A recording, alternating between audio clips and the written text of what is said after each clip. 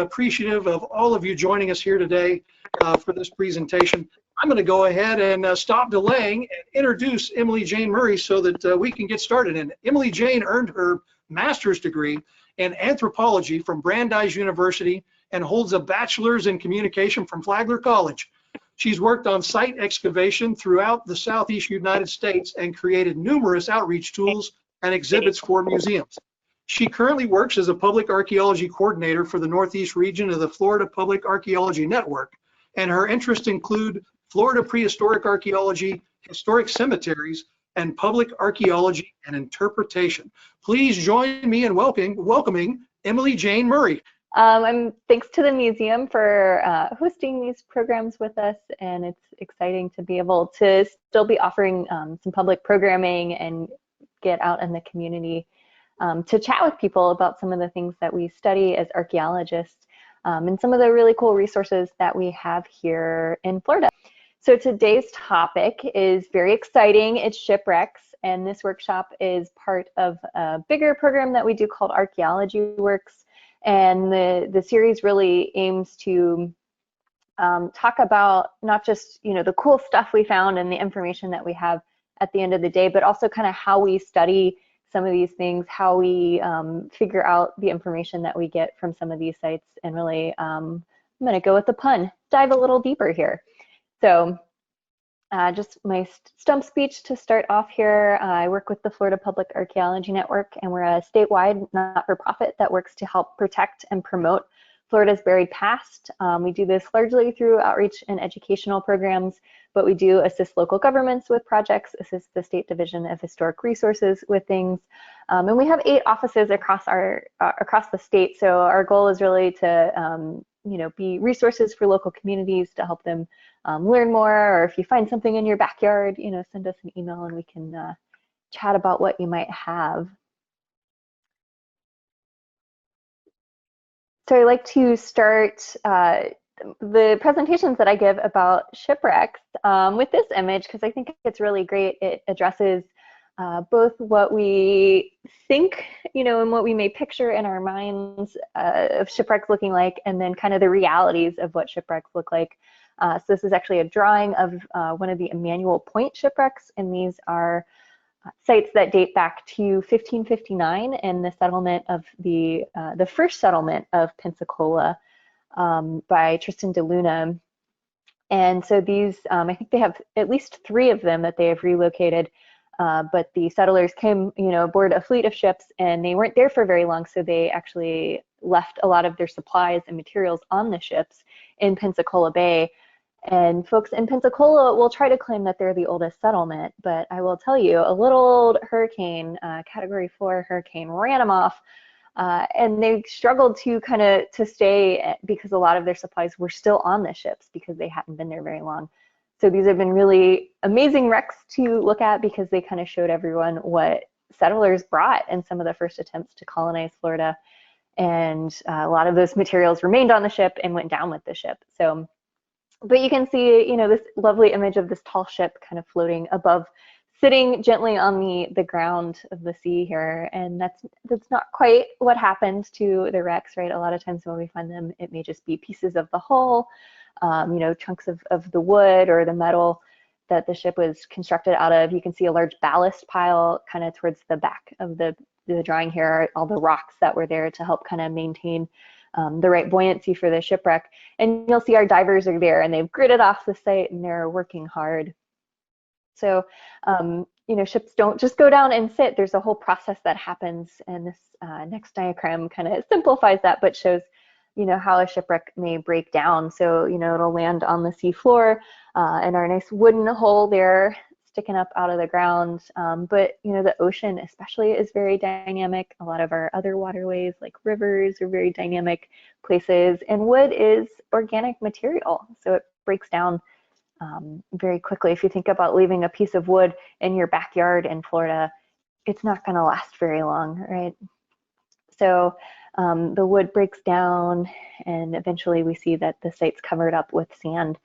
And this can help protect the site. It can make them trickier to find, but in the end, it can be a good thing that they get covered, because then they're nice and tucked in and buried there and safe till we want to go learn more about them. So here's just a few images of archaeologists working at underwater sites. You know, they do a lot of the same things that we do on land, but they have to figure out how to work in a very specific condition, right? There's no oxygen. You have to swim about. If you have somewhere with a lot of currents, you got to figure out how to keep yourself, you know, steady while you do this work. So there's some differences as well. So one similarity you may see is they've gridded the site off in squares, and this is something we do when we work on land sites as well. It's easier to map and it's easier to kind of investigate and dig with these units and these square formations. But if I went to dig one of these units on land, I may use something like a piece of rope to kind of line and show where my square is. Here they have something a little more hardier. They've probably, you know, hammered rebar into the site and have, you know, PVC or other metal frames.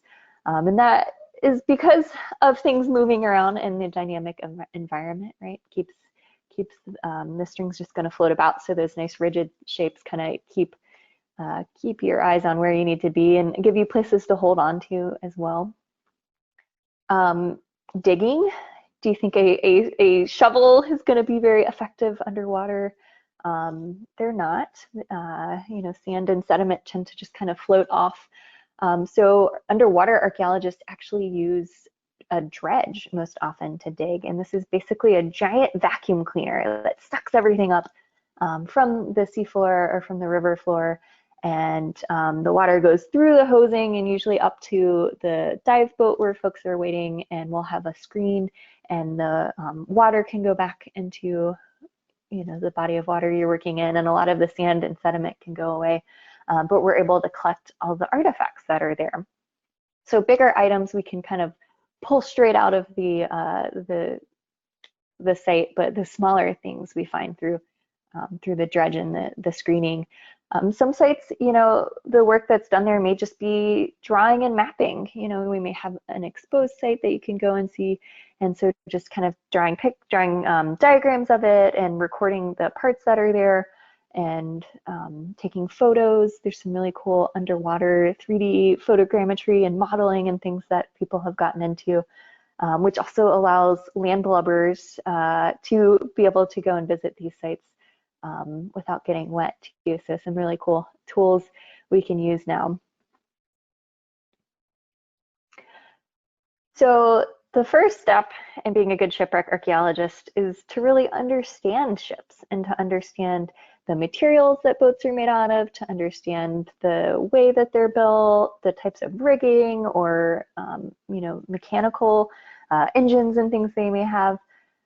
Because you don't often find the whole ship. A lot of times you just find a little piece of it, a little part of it, and so you have to really understand what you're looking at and what part of that ship you may have. And there's also a lot of different approaches we can take to doing archaeology at these sites as well, you know, depending on the type of ship we have. So a lot of the best shipwreck archaeologists that I know a lot about ship construction as well. And the different pieces and parts of it. You can see here some nice diagrams explaining what the ceiling planking is and the ribs and things. One of the resources that we have in that we sent out is actually some really cool diagrams that show you all the ship parts, so you guys can brush up and become experts and be ready to go and do some underwater archaeology there. So what is a ship? Do we have any Pirates of the Caribbean fans on the line? Captain Jack Sparrow has a really great quote where he says, you know, a ship is not just the keel and the hull and the deck and the sails. You know, that's what a ship needs. But what a ship really is freedom. And that's a really great sentiment, because we see ships are more than just transportation, more than just you know, tools for exploration. They're moving people around, they're moving materials around, and essentially they end up moving, you know, culture and thoughts and ideas around. And so the impact that we see on the whole world, on, you know, everyone's culture is kind of changing and being shaped by interacting with other people is really amazing once you get into the age of exploration. And really start to pick apart, you know, oh, well, we have citrus here in Florida, right? We've always had citrus here in Florida. No, citrus came from Southeast Asia and it went to Europe and they grew it there and then they brought it to Florida. So to think, the other thing that I like to tell folks is that tomatoes are from the New World. So if you think about having Italian food without tomatoes, because that's a relatively new thing that they've incorporated into their food. So some really cool things to look at and to think about as you know, how ships are important in the past. So by that, right, you know, what is a shipwreck? Well, it is clues to humans in the past, right? It tells us about what people were doing, what people were thinking, what people valued in some ways. You know, what are they going to pack up with them to go start a new life somewhere? What do they put as important objects to bring there? So we can look at a lot of different things, and they're really special sites too in a way because they almost become kind of a time capsule, right? There's people who get on there with materials and that ship sinks. And a lot of times, you know, that's what it is. The site's kind of left to its own. And if you compare that with a place like St. Augustine, where we have thousands of years of Native Americans living here, ending with some of the Timucua, and then we have the Spanish, and we have the British, and we have Americans and all sorts of folks moving in, and they're living, you know, in the same space, and they're building on top of sites and on top of where people were living before. So we really end up with like a layer cake of different resources and evidence of people from the past. And you know, we really have to work hard to kind of figure out which parts go with which people and which time period. But that's not really what we have with shipwrecks, right? We just have that one snapshot of what was going on in the past. So, and that way they're really cool and really special. And we also see really cool preservation in some of the environments as well. And so we can say a lot more about people from the past sometimes because we have more clues. You know, archaeologists were studying people from the past through the things they left behind. And we're kind of like detectives, right? We walk in and we treat archaeological sites like crime scenes, and we get all these clues and try to work backwards. And so the more evidence you have, the more you can say about people and what people were doing. So what kind of artifacts do we find? Well, a huge variety of things. You know, some things that you would definitely think would be on ships, things related to sailing, and you know, even things like warfare or, you know, cannons. A lot of even merchant ships would have things like cannons on them to protect themselves while they're zooming around. Things that make, you know, sense also to be on ships, like cutlery and plates and dishes, right? People on ships have to eat, so they need some tools for that. But we also can find some really interesting personal items, especially when we see people, you know, once again, moving from place, you know, from one place to another, and what items do they bring with them? What items are important enough to bring to a new life? What items do we value in terms of big trade, you know, that we're seeing across the globe? So a whole variety of different types of things that we find on shipwrecks. And one of the reasons, you know, shipwreck archaeology is very much, it gets more complicated, it gets more expensive, it gets more involved than just, you know, some other types of archaeology. And one of the big reasons is that you have to think about conservation.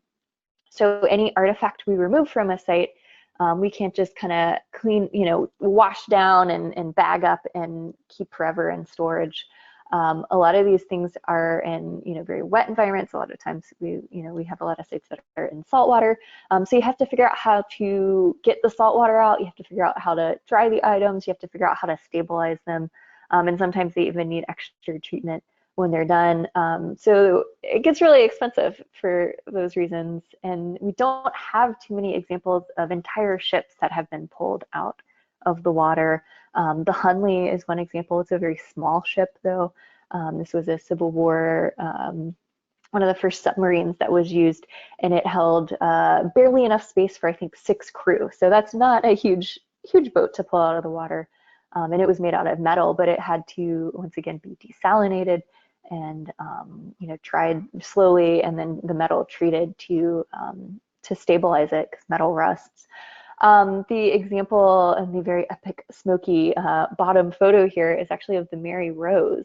And this is probably one of the most intact shipwrecks that we archaeologists have actually pulled totally out of the water. This was the flagship of the English fleet back in the Tudor days, and it sank. And when they found it, they decided that was, something that England was interested in pursuing. So they've pulled it out and have spent years and years and years conserving it. When saying you have to dry the wood out, you have to get it stable. And I think it's going to be like a historic home, that it's always a bit of a work in progress, and you're always tweaking and working on restabilizing and fixing things there. But even, small items like animal remains. This is a rat from one of those shipwrecks I mentioned at the beginning, the Emanuel point wrecks from Pensacola, and those have to undergo conservation as well. So what happens if you don't undergo conservation? I'm getting ahead of myself, but I'll show you some photos here. I'm sure folks have driven around and seen examples of anchors and of cannons that were pulled out and just kind of left, and they just rust. And some of them I feel like you could just bump into and they're going to fall apart. So as I say, there's a lot of stabilization that has to happen. Wood's one interesting thing, because it does last longer in some of these wet environments, especially if we get things buried down under sediment. We can see, they don't break down as they would in other places. But the structure of the wood itself becomes, in part, the water, right? So when the water is pulled out of the wood, the structure goes away and the wood starts to shrink and warp and crack. So you have to do something to put that structure, give it a structural element. And there's different chemicals you can use. You can actually even use sugar for this, or things like sap from other trees. So some interesting things. And each type of material is totally different, right? So working on a wooden canoe versus a big metal cannon versus like a leather shoe. So the conservationists are really experts in chemistry and figuring out how these different treatments will work with the materials. So so the thing that we find often at shipwrecks are weird concretions that look like this. So this is kind of this big blobby item, and I'm going to give you guys a minute to type in some answers while I talk a little bit more about this. But my questions for you are, how do you think we could determine what's inside of this without, totally trying to take it apart and deconstruct it? And what do you think might be inside of this specific concretion? So you guys can type into the chat box and we'll come back and see what you guys think. So concretions occur because we have, especially when we have things like rusty metal that leaches, and the parts of the metal, create rust and they leach. And then when you have that combined with, calcium-rich environments, that also can kind of speed up this concretion. So we see a lot of things just get glommed up together. You'll see there's shells in there, there's sand in there, there's all sorts of interesting bits in there.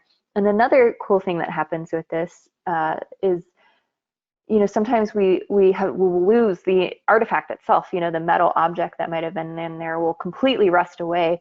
But if we have folks who are savvy enough and smart enough to do this in just the right way, we can often crack the concretions open and pour something in there, and it becomes almost like a cast, and then we can kind of make models of reproductions of what the artifact was. So if you had a fork that rusted away, but you opened it up, you'll see the impression of that fork, and you can pour like resins and things in there to create a cast of the fork. So that can be really cool to see.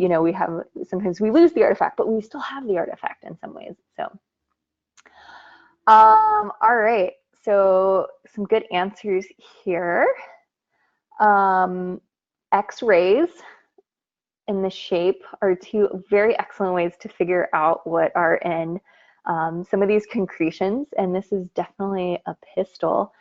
So this is a concretion that was found at a site that the St. Augustine Lighthouse Archaeological Maritime Program was working at here in St. Augustine.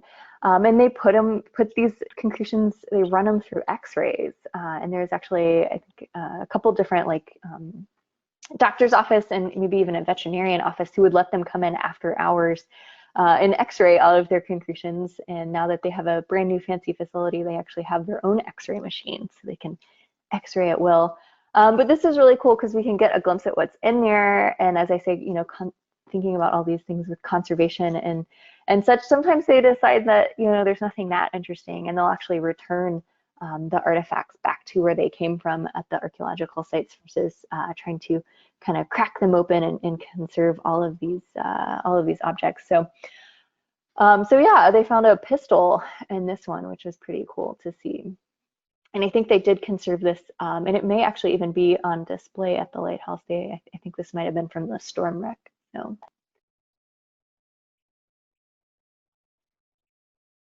So, you know, why are shipwrecks important? Well, we all think they're cool. I think that's a really good place to start. You know, they're really exciting types of sites because of the excellent preservation they have, because of the research potential that they have, because you know, they can give us a lot of information from the past. They are non-renewable, which is, you know, makes us want to treat them with extra care because we can't ever have, you know, more 16th century Spanish colonial ships coming, you know, like there aren't any more of those ships and there aren't going to be any more of those wrecks. So that's, you know, something to keep in mind. And that's true of all historic and archaeological resources.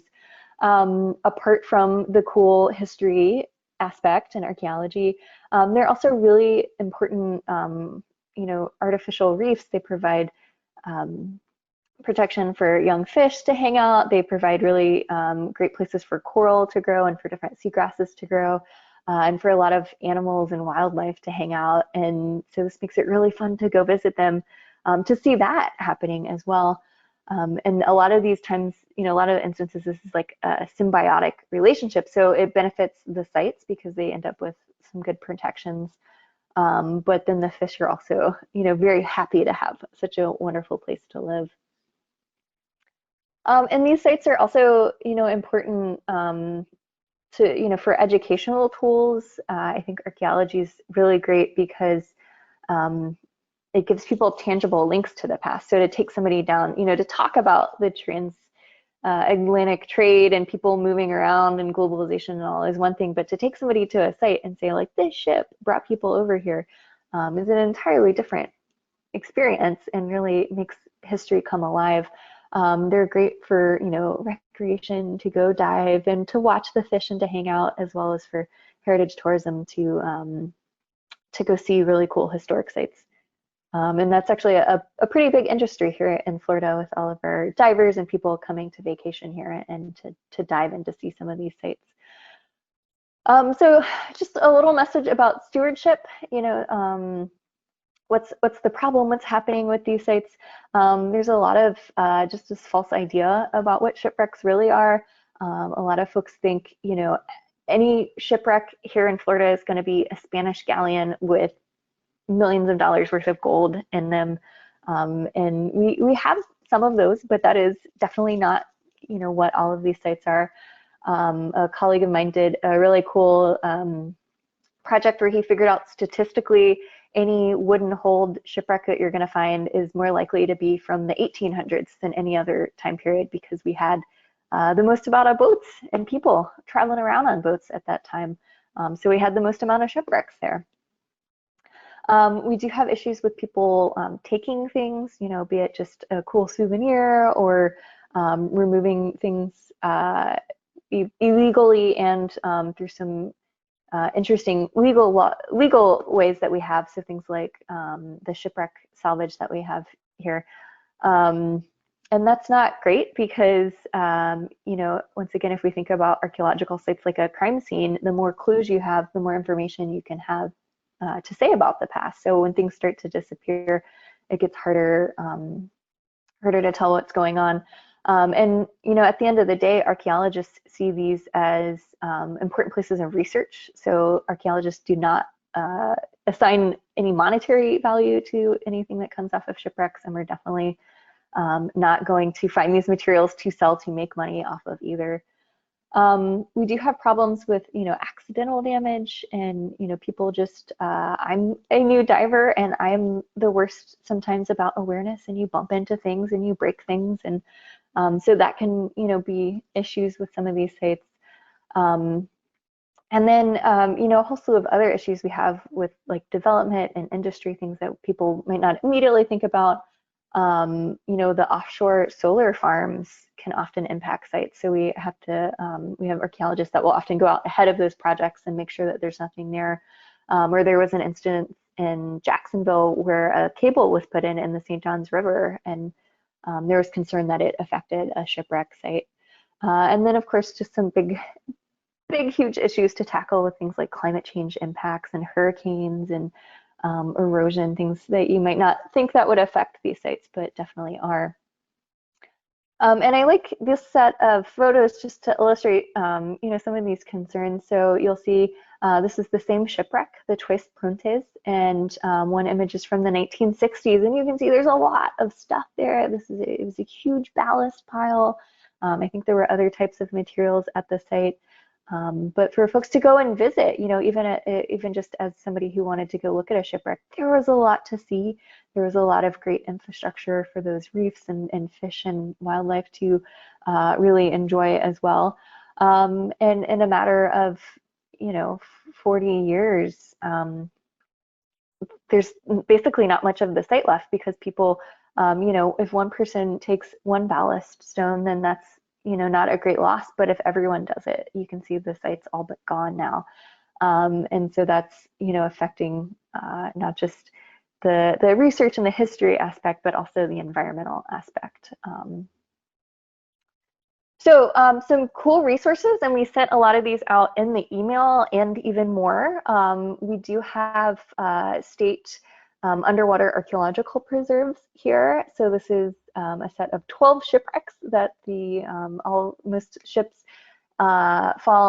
shipwrecks fall under state protection here if they're in state submerged bottomlands. So that includes a big portion of offshore as well as a lot of interior waterways as well.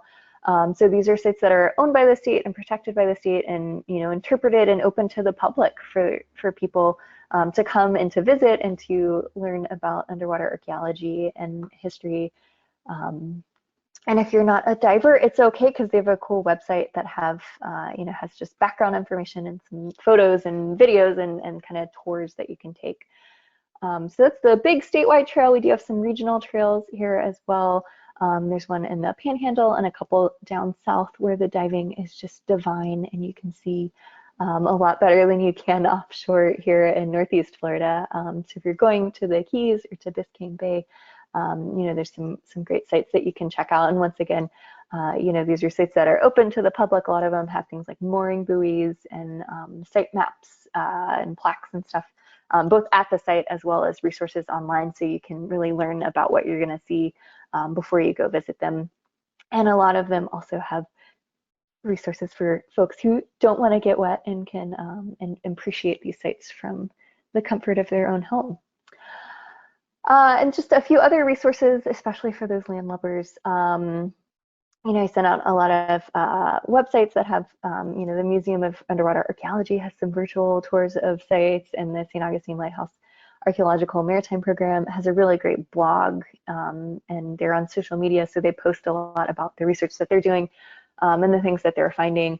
And then there's a couple of museums. Ponce Inlet Lighthouse is very close, to New Smyrna, so you can pop on down there, and they have a lot of cool information about shipwrecks and maritime heritage in general. And then the Mandarin Museum in Jacksonville has a really cool display on the maple leaf as well. So in some of the resources that we sent out, there's kind of a mock excavation of one of the Emanuel Point shipwrecks, so you can print out some of the artifacts, and you can kind of reconstruct the shipwreck and do a little archaeology that way, as well as some other online resources and activities. So feel free to check those out. And I got a few questions, and if you have other questions, you can type them into the chat box, or we can try to go around and I can, unmute folks as we go if you wanted to ask them. Somebody asked about the ownership of the artifacts. And so maritime law or maritime archaeology law is a whole weird, fun web of things trying to sort out. And there's a lot of different protections for different types of shipwrecks. So as I say, a lot of shipwrecks here in Florida are considered property of the state because they're on state submerged bottomland. And so in those instances, the state would maintain ownership of the artifacts. There are still some salvage permits that are at play. There were a lot more in the past. And so there's some allowances of the salvage companies to keep some of the materials that they found. The state gets to, they have to split it with the state, and the state can pick a certain percentage of the items. And I think a lot of folks are amazed to find out that the state would rather have some weird piece of pottery than any, shiny gold coins, because that piece of pottery can give us a lot more information often than, a bar of gold that doesn't have a lot of information attached to it. There are some other laws. There's a kind of international agreement that says that any warship still, the country of origin can still claim ownership of.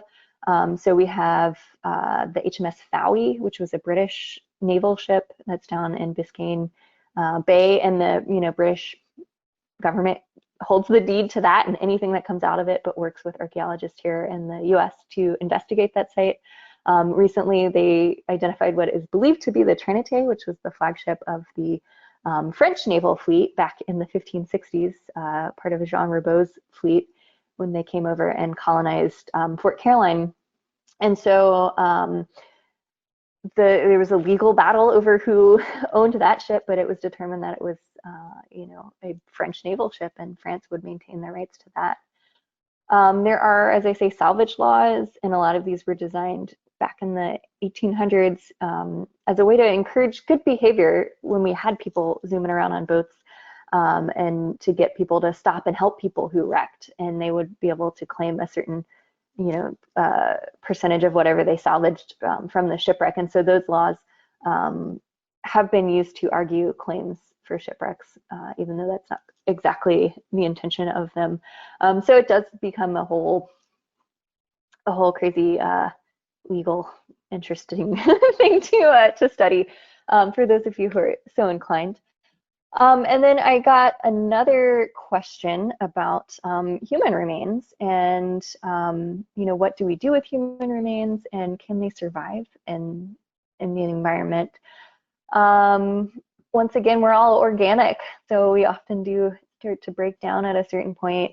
Some of these wet, mucky environments will promote the survival of these, the preservation of these types of remains, and we do have not a shipwreck, but a submerged site called Wendover Pond, which is a cemetery where people were buried about 7,000 years ago, and we still have even stomach contents and brain matter from those individuals. So a lot of times, we basically just leave human remains where they are, especially, we do try to consult with descendant communities or descendant, specific, like literal descendants too, if we can find those folks.